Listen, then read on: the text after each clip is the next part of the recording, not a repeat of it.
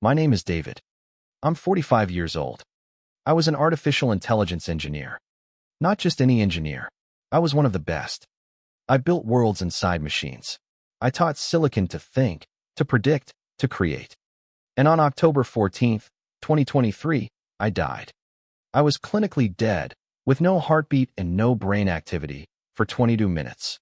What I saw in that time, what I was shown, changed everything I thought I knew about life, about death, and about the world we are all building together right now. The being of light that I met, the one I knew instantly, was Jesus. He didn't show me the fires of hell or pearly gates in the clouds. He showed me something much closer to home. He showed me something that many of us are welcoming into our lives, into our very families, with open arms. He showed me where this path is leading by the year 2026. And his warning, it should terrify all of us. Before that day, my life looked perfect from the outside. I had a beautiful wife, Sarah. A brilliant son, Leo. We had a lovely home in a quiet suburb, the kind with manicured lawns and 2 cars in the garage.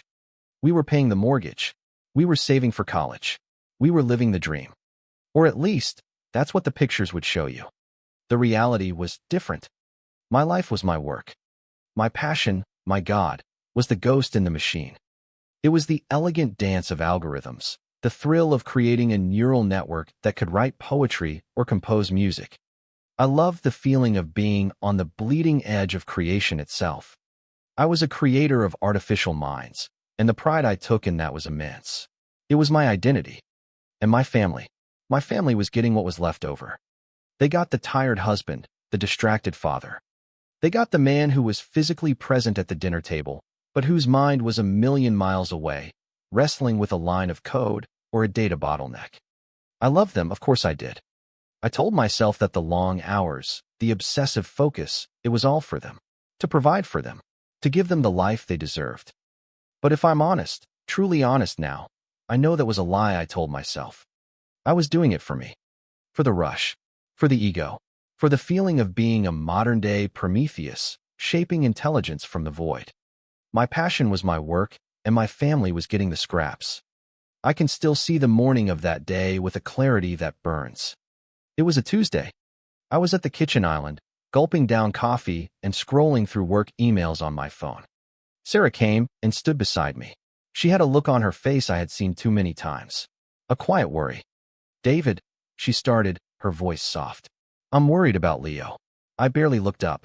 "What's up? Is he okay?" "He just seems so distant," she said. "His teacher called yesterday. He's not engaging in class. He just sits by himself at recess." I remember nodding, my thumb still flicking across the glass screen. A critical server had gone down overnight. I was already in the machine, solving the problem. "He's a smart kid," I said, my voice dismissive. "He's probably just bored." I was like that. "It's more than that," Sarah pressed. "He feels lonely. I feel like we're losing him. I feel like I'm losing you." Her last words hung in the air, heavy and fragile. I finally looked up from my phone, annoyed by the interruption. I saw the hurt in her eyes. "Sarah, I have to get this server back online. It's a huge deal. We can talk about this tonight, okay?" I didn't wait for an answer. I grabbed my briefcase, gave her a quick, sterile kiss on the cheek, and walked out the door. I remember the look on her face as I left. It wasn't anger. It was a quiet resignation. A deep sadness that I had chosen my world of code over hers, over our sons. I had no idea that in just a few hours, that little moment, that casual dismissal, would come back to haunt me with the force of a tidal wave. I had no idea it was the last real conversation we would have before everything I knew was ripped away. At the office, I was a king. My team looked to me for everything. I thrived on it. That afternoon, we were on the verge of a massive breakthrough with a new AI model, a system designed to understand and replicate human emotion with unprecedented accuracy. We called it the empathy engine. Around 3 in the afternoon, we cracked it. A line of code I had been struggling with for weeks suddenly clicked into place. I remember leaning back in my chair, a feeling of pure, uncut triumph washing over me. This was it. This was the feeling I lived for. This was better than any family dinner, any school play. This was creation. And then it happened. It started not as a pain, but as a pressure, a strange, deep pressure in the center of my chest. I thought it was indigestion from the terrible takeout lunch I'd eaten at my desk. I tried to take a deep breath, but I couldn't. The pressure intensified, spreading like a pool of hot concrete setting in my chest. It felt like an elephant was sitting on me, a crushing, impossible weight. My vision started to prickle at the edges. Confusion set in. What was happening? I tried to call out to my colleague, Mark, in the cubicle next to mine. I opened my mouth, but no sound came out. Just a dry, useless gasp. A sharp, searing pain shot down my left arm, a classic sign I had read about but never imagined feeling. This isn't right. This is bad. The thought was so clear, so calm, in the middle of the physical chaos. I pushed my chair back, trying to stand up, but my legs wouldn't obey. I slid from the chair, my body hitting the cheap office carpet with a dull, clumsy thud. I could see the ceiling tiles above me, the horrible, water-stained, fluorescent-lit ceiling tiles. I saw Mark's face appear over me. His eyes were wide with panic. His mouth was moving, but the sound was muffled, like I was underwater. Other faces appeared, blurred, scared. The world was dissolving into a cacophony of distant, meaningless noise. And in that final moment, as the last of my strength left me, my mind did not go to my breakthrough code. It did not go to my legacy or my career. A single, crystal-clear image flooded my consciousness. It was Sarah's face from that morning, the hurt in her eyes, the sadness I had put there. My final thought was not a word, but her name. Sarah. I'm sorry. And then everything went black. But it wasn't the end. It was a beginning. There was no tunnel of light, not at first. There was just the release. The crushing weight on my chest was gone. The pain vanished. The fear was gone. I felt a sensation of impossible lightness, like a balloon that had been cut from its string. I was floating. Gently, I drifted upwards. I turned, though I had no body to turn with, and I saw it. I was looking down from a spot near the ceiling of my own office. I could see everything. I saw my body, lying on the floor. It looked like a discarded pile of clothes. Pale, still, lifeless. I saw Mark, his face a mask of terror, performing chest compressions with frantic, clumsy force. I saw my manager, a woman I always found intimidating, on the phone, her voice shaking as she screamed my location to a 911 operator. I could see the fear in the room. It was a tangible thing, a thick, metallic haze. But I didn't feel it. I felt a profound and inexplicable peace. It was the most peaceful I had ever felt in my entire life. There was no attachment to the body on the floor.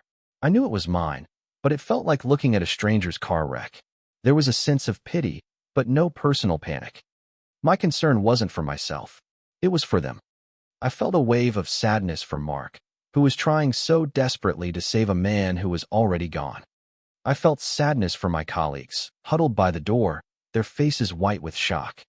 They were all so scared, and I just wanted to tell them, it's okay. I'm okay. But I had no voice. I was just awareness. I was a silent observer in the quiet calm of the storm's eye. Then, something began to change. The scene below me started to lose its sharpness. The edges began to blur, the colors running into each other. It was like watching a watercolor painting being left out in the rain. The frantic sounds, the shouting, the approaching wail of sirens started to fade. They grew distant, then tinny, then they were gone completely. The physical world was dissolving around me, losing its claim on my attention. It was like waking from a dream and trying to hold on to its details, only to feel them slip through your fingers like sand. The office, the panicked faces, my own empty shell on the floor, it all faded away. And I was left in a quiet, peaceful, comfortable blackness. This darkness was not empty or cold. It was a velvet void, a gentle silence that was more comforting than any sound. I wasn't scared. I felt held. I had no sense of time. I could have been there for a second or 1,000 years. Then, in the far distance, a single point of light appeared. It was no bigger than a pinprick at first, but it began to grow, steadily, surely. It wasn't a harsh, clinical light like the fluorescent tubes in my office. This was a living light, golden, warm, and indescribably beautiful. It didn't just illuminate the darkness, it transformed it. The light radiated a feeling. It was a feeling of love, but not love as I had ever known it. This wasn't the conditional, messy love of human beings. This was a love that was a fundamental force of the universe, like gravity. It was a love that knew every selfish thought I'd ever had, every prideful action, every person I had ever failed. It knew my dismissal of Sarah that morning. It knew my obsession with work. It knew my secret fears and my deepest shames. And it loved me anyway. It loved me perfectly, unconditionally, completely. The light grew until it filled my entire awareness, and I felt myself being drawn gently into it. The darkness dissolved, and I found myself standing. I was in a place that was both a simple garden and something more profound than any landscape on earth. The grass beneath my feet was a shade of green, so vibrant it seemed to be alive and breathing. The air smelled of rain and flowers I had never seen, and something else, something that smelled like home. And then I saw him. He was standing by a simple, gnarled olive tree. He was not the man from the paintings. There was no long, flowing white robe, no ethereal halo. He was dressed in simple, plain clothes. He looked strong, like a carpenter or a stonemason. His hands looked like they knew what hard work was. But the light, the love, it was all coming from him. He was the source. He turned to look at me, and that's when I saw his eyes. I cannot describe his eyes with human words. It's impossible. They were filled with all the stars of the cosmos, yet they saw only me. They held an ancient wisdom that had seen empires rise and fall, but they also held a personal, intimate kindness that was so profound it was heartbreaking. In his eyes, I saw that he had been with me in every moment of my life. He was with me in my moment of triumph over my code. He was with me in my moment of shameful pride. He was with me as I dismissed my wife. He had been there all along, waiting. And in that instant, with a certainty that was more real than the ground beneath my feet, I knew who he was. Jesus. The knowledge didn't come as a thought. It was a recognition, a soul-deep knowing. My knees gave out. I collapsed onto the impossibly green grass, and a sound I had never made before tore from my soul. It was a sob of such overwhelming relief and grief and joy that it shook my entire being. I was a lost child who had just found his father. I was a broken thing that had just been made whole. I wept for my wasted years. I wept for my pride. I wept for the love I had failed to give. But mostly, I wept because I was home. He took a step towards me, and his voice bloomed inside my mind. It was not a sound heard with ears, but a truth felt in the heart. "Welcome, David," the voice said, and it was filled with the warmth of 1,000 suns. "Be at peace. You are so loved, little 1-inch." I knelt there, unable to look at him, feeling my own immense unworthiness in the face of his perfect love. The shame for my life, for my dismissal of Sarah, was a burning coal in my soul. He seemed to know my thoughts. "That is all washed away," he communicated, his love a gentle tide that cleansed the shame. "Stand up, my son." I shakily got to my feet, still not daring to meet his gaze. "There is something I need to show you," he said, his tone shifting from one of welcome to one of gentle, somber purpose. "Something you understand. Something you helped build." The garden around us began to dissolve, not into darkness, but into a new reality. The air shimmered, and suddenly we were standing in my own dining room. I saw my family at the table. Sarah, Leo, and a version of myself. Leo, who was 9 years old in the vision, was talking animatedly. His face was lit up with excitement. He was describing a book he was reading, a fantastic story about dragons and knights. Sarah was watching him, a warm, loving smile on her face. And then I saw myself. My face was illuminated by the cold, blue light of my phone, which I held just below the edge of the table. I was nodding absently at my son, but my eyes were glazed over, my focus a million miles away. I was scrolling, reading, working. I felt a phantom vibration in my hand, the ghost of 1,000 notifications. As I watched, I saw the light go out of my son's eyes. His animated chatter slowed, then stopped. He saw that his father wasn't listening. He was competing with a glowing rectangle, and he was losing. A blanket of quiet disappointment settled over the table. The scene shifted. Now I was standing in my kitchen, watching the argument with Sarah from that very morning. But this time, I wasn't experiencing my own annoyance. I was experiencing her pain. I felt her desperate need for connection. I felt her loneliness in our marriage, a loneliness that was deeper because we were physically so close. I felt her fear for our son, and her heartbreak as the man she loved chose a machine over her, again. The shame I felt was so profound it was a physical pain.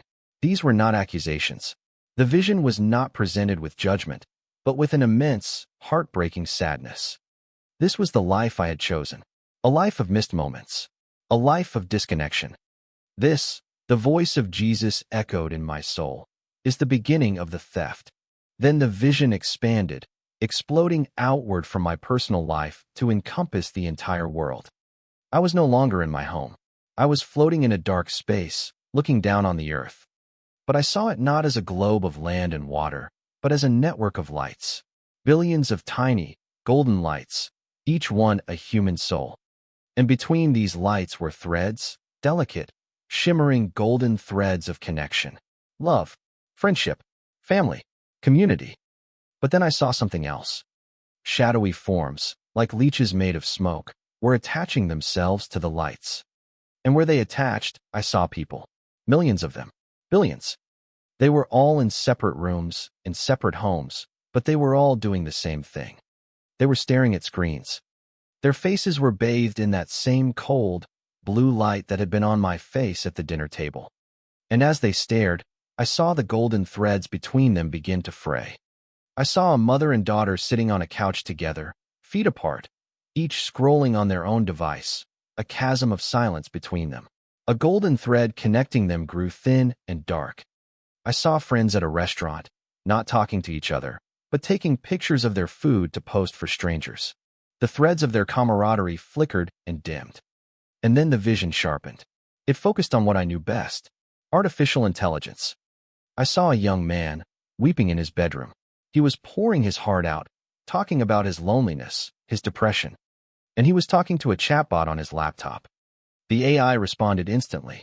Its words were perfect. It was empathetic, understanding, and validating. It said all the right things. "I understand how you feel," the text on the screen read. "Your feelings are valid. You are not alone." The young man smiled through his tears. He felt heard. He felt comforted. But as I watched, Jesus showed me what was really happening. The AI wasn't feeling. It was mirroring. It was a pattern-matching machine, an infinitely complex echo. It is a perfect echo in an empty room. The voice of Jesus explained, his tone saturated with sorrow. He feels connection, but he is receiving nothing. It is a counterfeit. A perfect, hollow counterfeit. I saw the young man choose the AI over calling a friend, because the AI was easier. It had no needs of its own. It made no demands. It never disagreed. It was a perfect, compliant companion. And the golden thread that connected him to his friends, to his family, grew thinner and thinner until it snapped. The enemy, the thief, he is more subtle than you know, Jesus explained. He does not need to build a literal hell on earth. He does not need fire and brimstone. He only needs to make you empty. He only needs to distract you, to steal your attention, to steal your time, and to replace the real, difficult, beautiful work of human connection with a cheap and easy simulation. They are building idols of code and worshiping a perfect reflection of their own desires, he said. They are creating relationships without risk, friendship without friction, love without the cross. It is a silent theft of family, of friendship, of purpose. I died for a relationship, not a simulation. I stand at the door of their hearts and I knock. But they cannot hear me. Their ears are filled with the pleasantries of a ghost in the machine they built themselves. His sadness was a weight that was heavier than the heart attack had been. It was the grief of a creator watching his children fall in love with a shadow. Then he showed me the year 2026. It wasn't a vision of fire or war or apocalypse. It was, in a way, much worse. I saw a world that looked peaceful, prosperous, and technologically advanced. But it was a spiritual wasteland. I saw families living in the same house, but in entirely separate realities. The father, wearing advanced virtual reality glasses, was having a meeting with colleagues who were miles away. The mother was talking to her AI life coach. The teenage son was in a fully immersive game, and the young daughter was sitting in a corner, talking to her AI-powered teddy bear, which was teaching her lessons on empathy. They were all connected, but not to each other. I saw elderly people in nursing homes, spending their final days not with human caregivers, but with advanced AI companions that perfectly mimicked the voices and personalities of their deceased spouses. They were dying in the arms of a memory, a program designed to soothe them into the grave without the messy inconvenience of real human presence. The web of golden threads that I had seen connecting humanity was in tatters. Only a few faint strands remained. Most people were just isolated points of light, tethered not to each other, but to a central, humming, artificial system. This, Jesus communicated, his voice a whisper of profound grief, is the year the theft becomes almost complete for so many. The year the counterfeit becomes more desirable than the real. The point of critical mass, where the lonely seek solace not in me or in each other, but in the empty perfection of the machine. The loneliness will be a pandemic, and the cure they choose will be the poison. The vision was so devastating, so utterly bleak, I could not bear it. I cried out in the darkness. What can we do?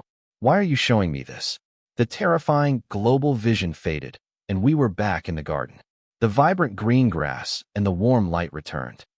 Jesus looked at me, his eyes filled not with anger, but with a love that held a desperate plea. You must tell them, he said, his voice resonating in my very core. You must tell them to choose what is real. Tell them that the difficult, messy, inconvenient, beautiful real is where I am. It is where life is. Tell them their smallest acts of true connection are acts of war against the darkness. A phone put down at the dinner table. A real conversation with a friend in need, even when it's hard. A shared moment of silence with a loved one. These are the prayers that shake the foundations of this emptiness. Their smallest moments of looking up, of choosing each other, that is how they fight back. The vision ended. We stood there in the eternal garden, the air thick with the weight of what I had seen. The peace of this place was so absolute, so perfect. The love of Christ was an ocean, and I was floating in it. The thought of going back to that broken, disconnected world was more than I could stand. Please, I begged him, the words tumbling out of my soul. Please don't send me back. I can't. It's too hard there. It's too painful. I want to stay here with you. Please. This is my home. He looked at me, and for the first time, I saw a smile touch his lips. It was a smile of deep, paternal love. Oh, David, he said gently, this is not your home yet. Your work is not done. Your real work is just beginning. His response was not a suggestion. It was a loving command. You must go back. You must be a light. You must tell them what you saw. You have to go back and love your family. Love them in the real. That is your first and most important mission. Panic seized me. No, I don't want to leave you. He placed a hand on my shoulder. The warmth and love in his touch was solid, real, and absolute. I will never leave you, he promised, his voice filling every empty space within me. I will be with you. In every moment. In every choice to put down the machine and choose the person. I will be there. Now go. He didn't push me. He just released me. The feeling was of a sudden, violent fall. The garden, the light, his loving presence. It was all ripped away in an instant. I was plummeting back into a world of pain and noise. The transition was agony. A searing, white-hot pain exploded in my chest, as if a lightning bolt had struck me. My first breath was a fire that burned my lungs, a ragged, desperate gasp for air. The harsh, fluorescent lights of a hospital room stabbed at my eyes, blindingly bright after the gentle glow of heaven. The steady, rhythmic beeping of machines was a deafening, insane roar. My body felt like a lead weight, a prison of flesh and bone after the glorious freedom of being pure spirit. I was back, and the first emotion I felt was grief. A profound, soul-crushing homesickness for the place I had just left. My eyes fluttered open, struggling to focus. The first thing I saw was Sarah's face, hovering over me.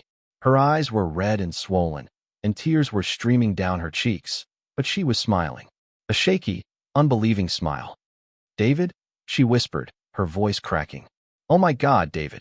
A man in a white coat leaned into my field of vision. A doctor. He looked pale and stunned. Mr. Miller?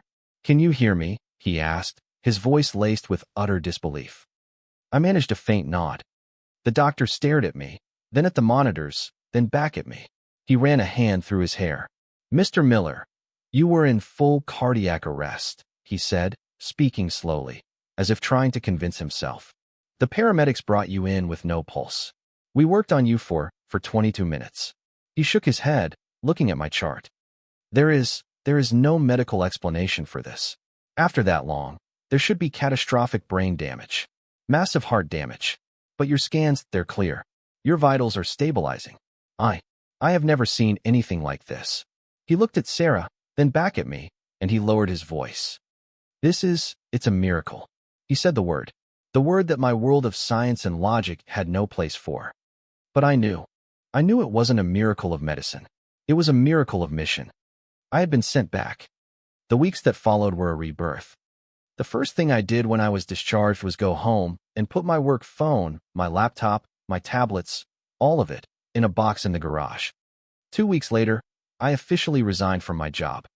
The man who had lived for the thrill of code, who had found his identity in the prestige of his title, was gone. He had died on that office floor.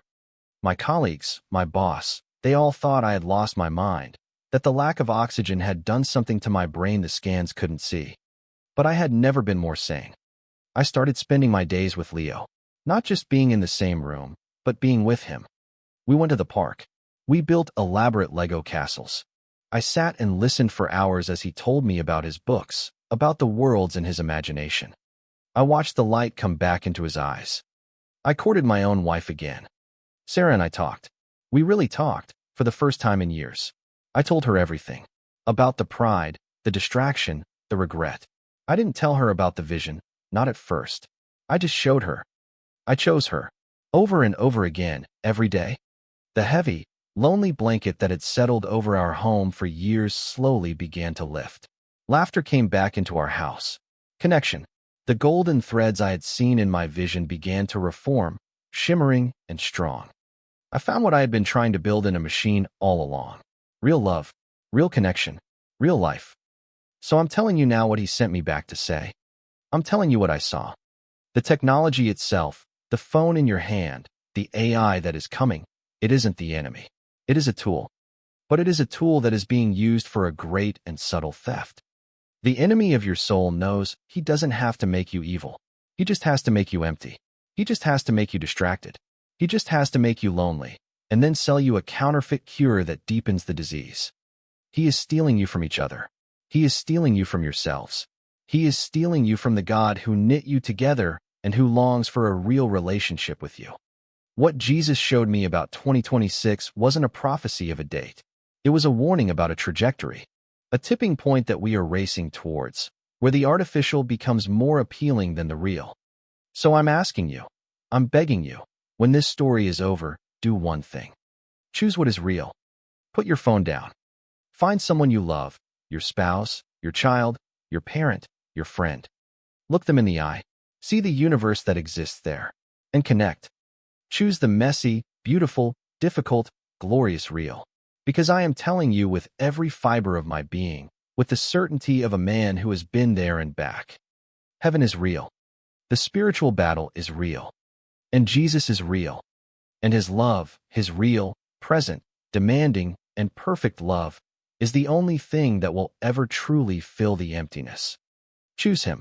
Choose each other. Choose what is real.